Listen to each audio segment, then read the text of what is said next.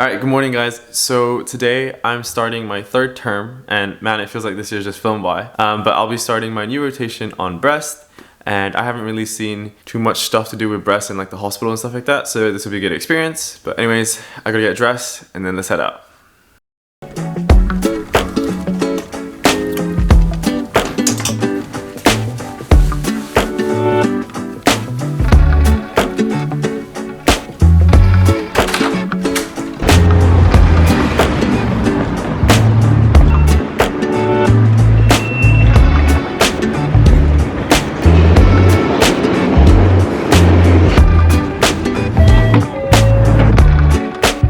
Once I got up to the hospital, I headed up to the breast clinic. Now, obviously, to protect patient confidentiality, I wasn't going to film up in the wards or in the clinics, but instead, I'll talk you guys through what I saw and what I did.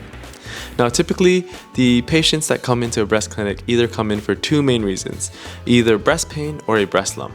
Now, I'm obviously a guy, so I can't say I know exactly what it feels like, but I can imagine if I was a woman and I found a breast lump, I would be quite worried for something like breast cancer. So that's why it's super important that you do get it checked out. Now, a lot of these patients have been referred by their GP, but because GPs aren't doing a lot of face-to-face now because of COVID, they're just sent straight through to the breast clinic. Now, typically everyone who walks into a breast clinic will get the triple assessment approach, which means history and examination, imaging, and if necessary, a biopsy.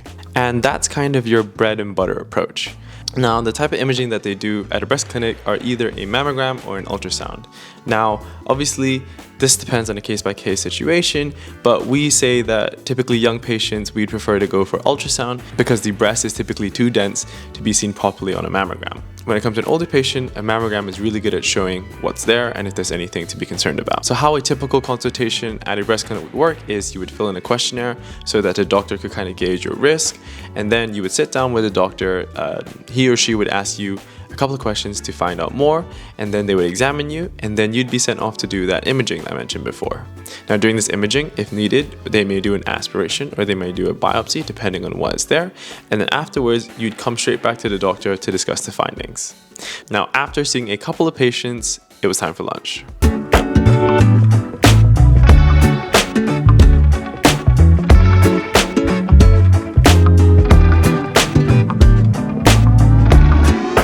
In the afternoon, there were a lot less patients than in the morning, and this is because the afternoon is typically used for a sort of follow-up clinic. Also, there was an interesting thing that I noticed. So I was attached to a female doctor, and unfortunately for me, a lot of the times, the patients coming in had specifically requested just to be seen by a female doctor, which meant that they weren't comfortable for me to be there during examination, which is perfectly fine because I totally understand that as well. Flip side, for my friends who were in the other clinics, they were with a male doctor and they were female medical students, and so they acted as a chaperone. And so it's interesting to kind of just see how the dynamics are a little bit different when it comes to a breast clinic, because obviously patients might be a little bit more sensitive, might be a little bit more shy, might be a little bit more embarrassed, so you totally have to factor that in as well. And so for the afternoon session, after seeing a couple more patients, I was done.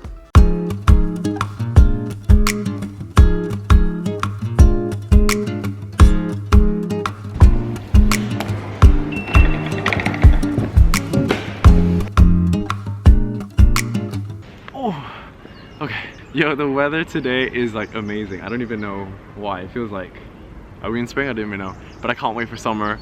But yeah, that was a pretty long day of clinics, and then I'm gonna take the nice walk, like the nice but longer walk home, to try and enjoy this weather a little bit better. They stopped fighting.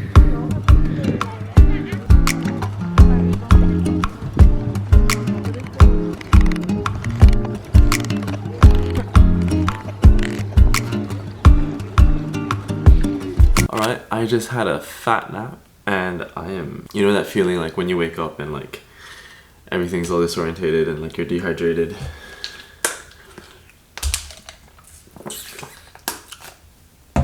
But yeah, I'll make some dinner once I can get my head on straight. So for tonight, I'll be making something super easy. I'll be making some tortellini because it's one of those nights where I just can't be bothered. It's 2 for $2.50, so it's a good student meal. And we'll be using half of the remaining Dolmio bolognese sauce, just again because it's easy.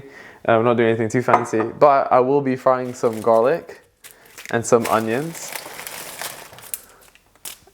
Before that, just to give it that added little boost. Let's get cooking.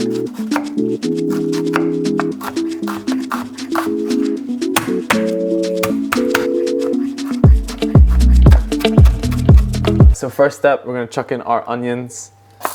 Yeah, that's right, you hear that sizzle.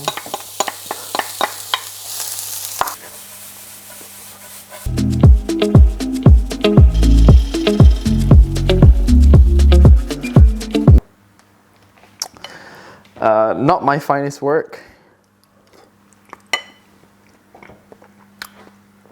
Mildew. So I saw a lot of breast examinations today, which I guess sounds a bit weird, but in order to get better at them myself, I need to practice that, but also I need to kind of review how to even do that. And so I'm going to watch the Geeky Medics breast examination video and just kind of brush it up. And hopefully I get to maybe practice it later this week.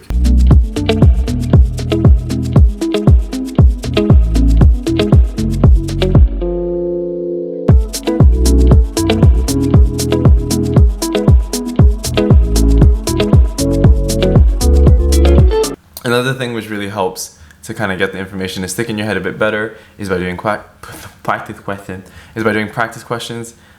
So I usually use PassMed, BMJ on examination, and QuesMed. Those are like my go-to for UK stuff. Obviously for like US stuff, I use something else, but it's always good to do questions because it helps to use active learning, which means that you use more of your brain to try and recall information.